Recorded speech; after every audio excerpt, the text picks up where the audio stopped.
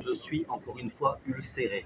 C'est-à-dire que ça commence à bien faire. Ça fait des mois que je suis présenté à coups d'articles, à coups de reportages, comme étant quelqu'un de dangereux, sur la base d'une manipulation, je le dis, à la fois des partis civils qui sont toujours les mêmes, à nous traduire en justice, nous pro-palestiniens.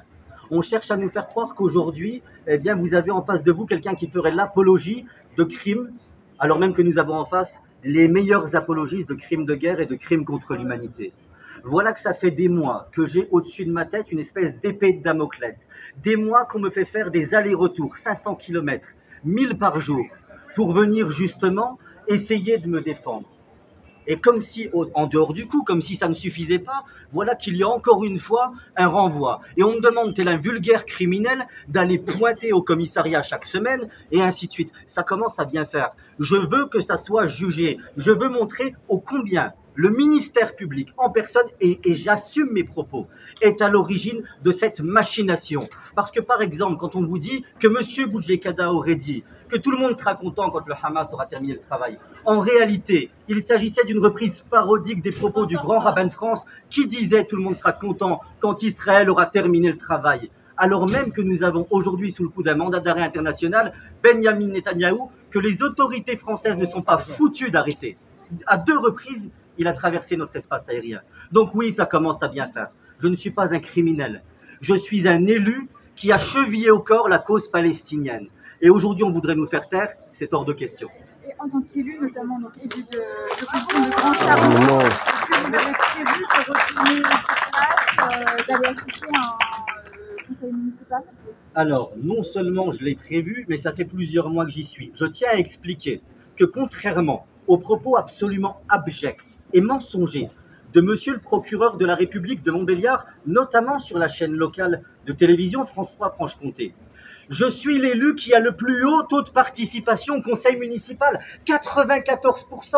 Et il a essayé de me démettre de mon mandat parce que j'étais absent lorsque j'étais, oui, excusez-moi, j'étais à la frontière palestinienne. J'étais pas en train de m'amuser, j'étais en train de distribuer 1 tonne de viande par mois. Voilà ce que je faisais. Et monsieur le procureur de la République de Montbéliard a utilisé cela pour tout simplement essayer de me démettre de mon mandat, qui m'a été donné de manière démocratique par un peuple souverain dans une démocratie. Donc c'est inacceptable. Et de ce point de vue-là, je vais vous dire, j'ai même joué le jeu. J'ai proposé à madame le maire de tout simplement remettre mon mandat entre les mains des Charmontaises et des Charmontais, à qui j'adresse aujourd'hui un message. Mesdames, messieurs de Grand Charmont, bien évidemment que je serai présent, quelles que soient les décisions de justice lors des prochaines élections municipales, et qu'à minima, je soutiendrai une liste. Bien évidemment que je ne vous laisserai pas tomber, parce que ma légitimité démocratique, elle vient de vous, et non pas de procureurs qui ont des idées, disons-le clairement, mal placées, ou tout simplement de partis civils. Je tiens à préciser une chose, Madame Yadan, députée de la République française, qui a expliqué noir sur blanc que leurs objectifs était de faire en sorte que je ne puisse plus jamais me présenter à une élection. Donc voilà à peu près les méthodes. Il y a une ambition politique derrière. Faire en sorte de faire de mon cas un exemple pour vous faire peur, à vous celles et ceux qui êtes venus, pour vous montrer que quand on parle, on peut risquer un mandat de dépôt et d'aller en prison. C'est encore une fois inacceptable et c'est la raison pour laquelle je ne lâche pas et que je vous remercie. Parce qu'effectivement, si moi je lâche, quelle image je vous renvoie ? Donc oui, peut-être qu'il y en a certains qui doivent servir de fusible, mais en tous les cas, je le fais avec fierté. Vous savez, je terminerai en disant quand même que j'ai été placé à l'isolement, à Fleury-Mérogis, pendant 1 mois, sans contact avec ma famille. Pourquoi ? Parce que les partis civils ont expliqué que j'avais une femme et 3 enfants à l'étranger, que je n'ai pas, que je diffusais les adresses d'écoles d'enfants juifs, ce que je n'ai jamais fait, et ils ont été, précisons-le, c'est important, jusqu'à menacer la cour en disant « Le jour où vous allez condamner M. Boudjekada, parce que oui, vous allez le condamner, parce qu'on va vous ramener tous les présidents des associations juives de France. » Prenons ainsi les juifs de notre pays en otage, qui, j'insiste là-dessus, n'ont rien à voir avec ces fanatiques sionistes qui soutiennent une politique meurtrière.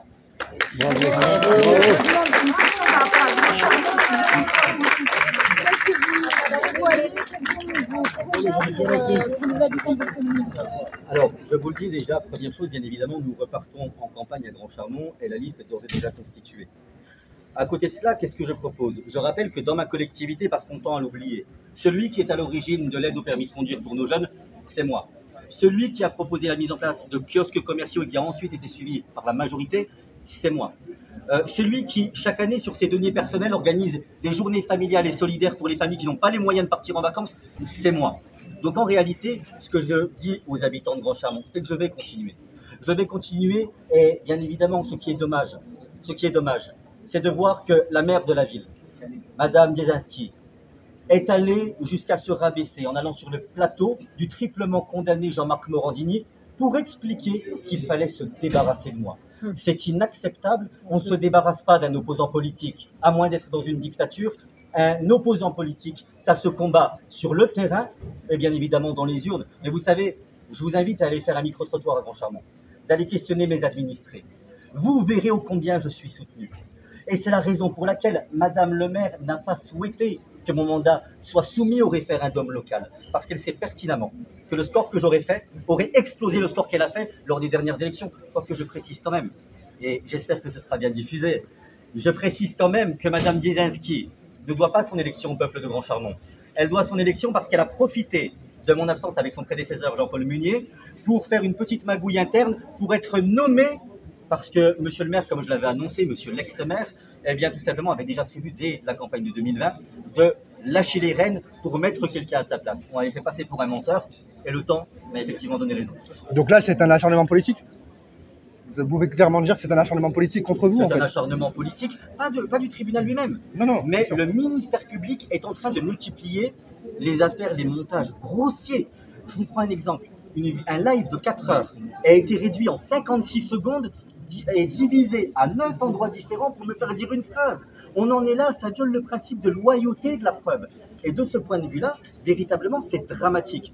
Ce que j'expliquerai ensuite, c'est que le ministère public, et j'insiste là-dessus, parce qu'effectivement, ça a été dit dans la salle d'audience, j'ai été placé en garde à vue il n'y a pas longtemps. J'ai eu aussi un procès il n'y a pas longtemps, le 8 contre Madame Gador.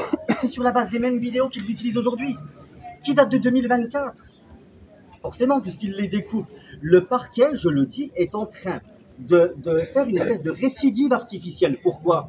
Parce qu'ils savent que si on met tout en un bloc, c'est pas drôle, parce que s'il n'y a que du sursis, ils se disent « mais non, il faut le mettre au trou ». Et donc en réalité, là, ils cherchent à avoir du sursis, et petit à petit, de m'envoyer en prison. Mais je le dis, Madame la procureure de la République, vous qui représentez la République, vous devriez avoir honte. Vous devriez avoir honte d'ainsi prendre pour cible un élu de la République qui a pour seul tort de défendre le camp de l'humanité. Peut-être de manière provoque, c'est voulu. Peut-être de manière provoque. Mais en tous les cas, avec toute l'émotion que cela implique et la responsabilité qui est la mienne.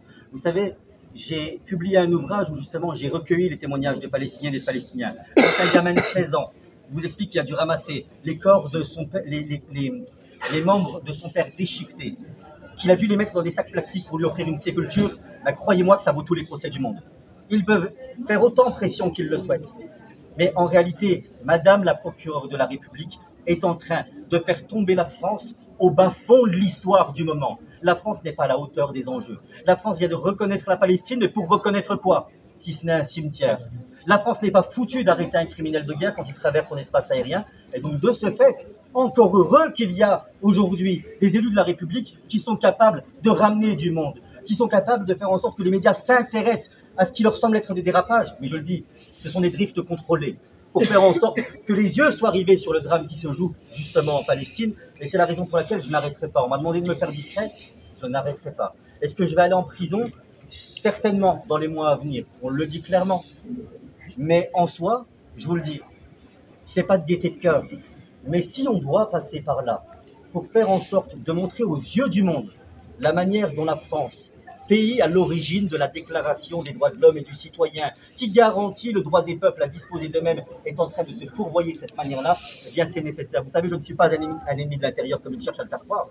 Au contraire, j'appelle la France à être au niveau de sa réputation internationale. Ça suffit le en même temps d'Emmanuel Macron. Aujourd'hui, il faut de la fermeté et il faut cesser toutes les relations diplomatiques, tous les partenariats économiques avec ce régime génocidaire d'extrême droite qui, rappelons-le, appelle à éventrer les femmes palestiniennes pour éviter qu'elles enfantent.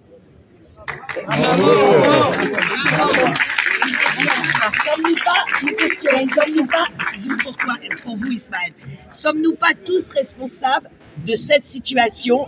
Parce que nous, contrairement à eux, personne ne porte plainte contre leurs propos qui sont vraiment, eux, appellent au terrorisme. Ils ont des propos terroristes et personne ne porte plainte. Est-ce que nous ne sommes pas tous responsables de cette situation, à votre avis? Bravo Nadia, bravo. Nous, on apporte plainte. Alors justement, on a aujourd'hui ici présent le président de l'Union juive française pour la paix. Merci. Donc, monsieur Bravo, Pierre bravo, bravo, bravo, monsieur. Je peux répondre à la question. De Nadia. On a porté une plainte, la seule qui a été retenue. La seule plainte qui a été retenue par la justice, c'est une plainte contre Nelly Kupfer, Israel Forever, qui s'est fait filmer en train d'essayer de bloquer des camions à l'entrée de Kerem Shalom, donc à l'entrée de Gaza. Moi, je voulais rajouter, j'étais témoin aujourd'hui, donc ça va être remis, mais je reviendrai. Je veux parler de l'aspect politique. Dans 20 ans, plus personne ne pourra dire qu'il n'y a pas eu un génocide à Gaza. Ce sera dans les livres d'histoire. Tout le monde se posera la question, comment ce génocide a été possible et avec quelle complicité. Alors, sur tous les actes qui ont pu être reprochés, si on pose la question, que pensez-vous du 7 octobre? Je dirais, je suis vraiment désolé que 75% de la population de Gaza, où je me suis rendu 2 fois en tant qu'Union juive française pour la paix, ce soit des réfugiés qui ont été chassés de chez eux de façon préméditée il y a 75 ans. Je suis vraiment désolé que depuis 18 ans maintenant, la population de Gaza vit dans une véritable cage et quand vous allez là-bas, c'est une véritable cage. Je suis vraiment désolé que depuis des années, il y a eu des bombardements, 1400 morts à Plomb-Durcy, 200 morts à Piliers de la Défense, 2400 morts à bordure protectrice et qu'ils ont tué encore des gens qui manifestaient de façon totalement pacifique au moment des marches du retour. Donc je suis totalement désolé que la marmite ait explosé, que la cage ait été franchie, mais les premiers responsables, c'est ceux qui ont construit la cage. Et donc par conséquent, sur l'accusation de terrorisme, je viens d'une famille juive exterminée. Mes parents étaient dans la résistance communiste pendant la Deuxième Guerre mondiale. Mon père est le seul survivant du groupe Manouchian. On a mis Manouchian au Panthéon. Et nous, à l'Union juive française pour la paix, nous sommes poursuivis pour un communiqué le 7 octobre où nous disons « La résistance à une occupation est légitime ». Vous voyez un petit peu comment on marche sur la tête. Eh ben, il va falloir arrêter de marcher sur la tête et il est temps qu'on remette les choses dans le bon ordre. Merci. Qui démontre au quotidien leur volonté de vous manipuler. Les médias vous ont présenté mon profil comme étant celui d'un intégriste islamiste, etc. Mais tout ce qui finit en iste au final, mais comme on dit chez moi, alhamdoulilah, parce qu'il pas ce qui se termine en il. Morandini comprendra. Je me fais juger matin, midi et soir par le pédophile triplement condamné, rappelons-le, Jean-Marc Morandini. Oui. Précisons que les stagiaires d'Europe 1 sont enfermés dans les sous-sols d'Europe 1 parce que ce prédateur est toujours à l'antenne. Et donc c'est ce crasseux, disons-le clairement pour être poli, qui vient me donner des leçons. Jean-Marc Morandini devrait être en prison. Et vous savez, ça nous fait presque regretter, quand on parle de pointeurs comme lui, eh bien qu'effectivement un certain Robert Badinter ait décidé de mettre fin à certaines peines. Je suis désolé, à un moment donné, il faut de la fermeté. Dans ce pays, toucher des gosses, ça pose pas de problème. Exactement. Défendre des gosses qui se font buter en Palestine, là, ça les dérange. Et vous savez, ils étaient là au dernier procès, ils m'ont dit, c'est news, entre les pédophiles et les antisémites, on a choisi notre camp. Voilà. Rendez-vous compte de la folie. C'est de l'apologie de crime.